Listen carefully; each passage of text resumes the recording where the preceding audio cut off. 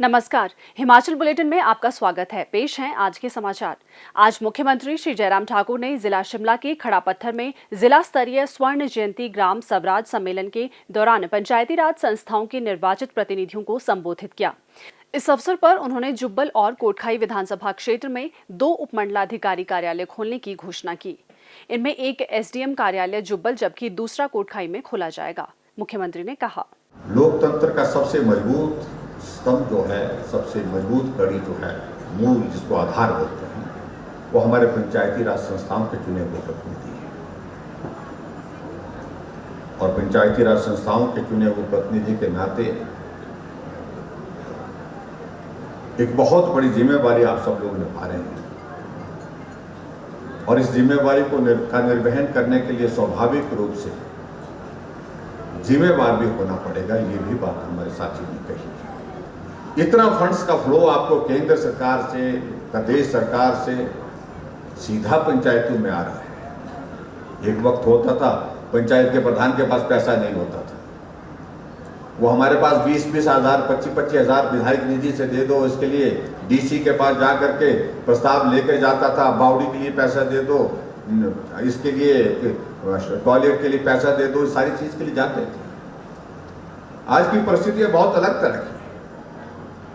आज पंचायतों में फंड्स का फ्लो इतना ज्यादा है, चाहे वो केंद्र सरकार के माध्यम से, प्रदेश सरकार के माध्यम से, चाहे वो फाइनेंस कमीशन का पैसा है। पंचायत में अगर कोई चुना हुआ प्रतिनिधि को कार्य करना चाहता है तो वो बहुत बेहतर ढंग से काम कर सकता है। इसलिए सबसे पहले तो मैं यही निवेदन करना चाहूंगा पंचायत के चुने हुए प्रतिनिधियों से। कितनी बार पंचायत का प्रधान बन जाए वो महत्व का विषय नहीं है, लेकिन एक बार किया हुआ कार्य जो है वो कई वर्षों तक याद किया जाए, वो ज्यादा महत्व का विषय है। इसके लिए अपने अपने पंचायतों में नए इनिशिएटिव के माध्यम से काम करने की कोशिश करें,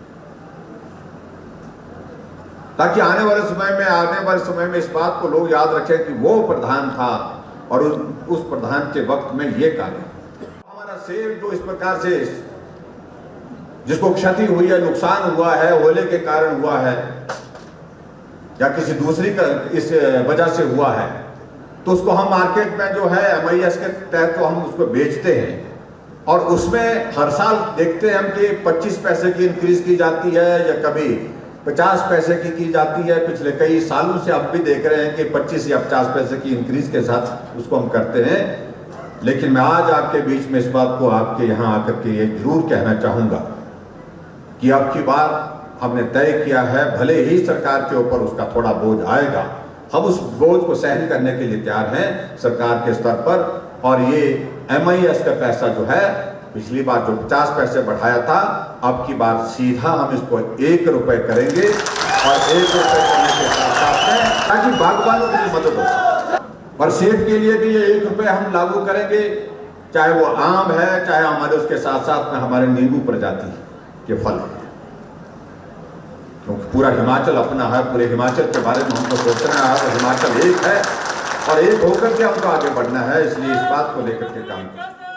श्री जयराम ठाकुर ने कोटखाई में खंड विकास कार्यालय, टिक्कर में अग्निशमन उपकेंद्र, कलबोग में उप तहसील खोलने और उप तहसील सावड़ा और पुलिस स्टेशन सावड़ा को HP पावर कॉर्पोरेशन के नए भवन में स्थानांतरित करने की घोषणा की। उन्होंने कहा कि रोहड़ू और जुब्बल कोटखाई विधानसभा क्षेत्रों में सृजित 9 नई पंचायतों के भवन निर्माण के लिए 20 लाख प्रति पंचायत की राशि प्रदान की जाएगी।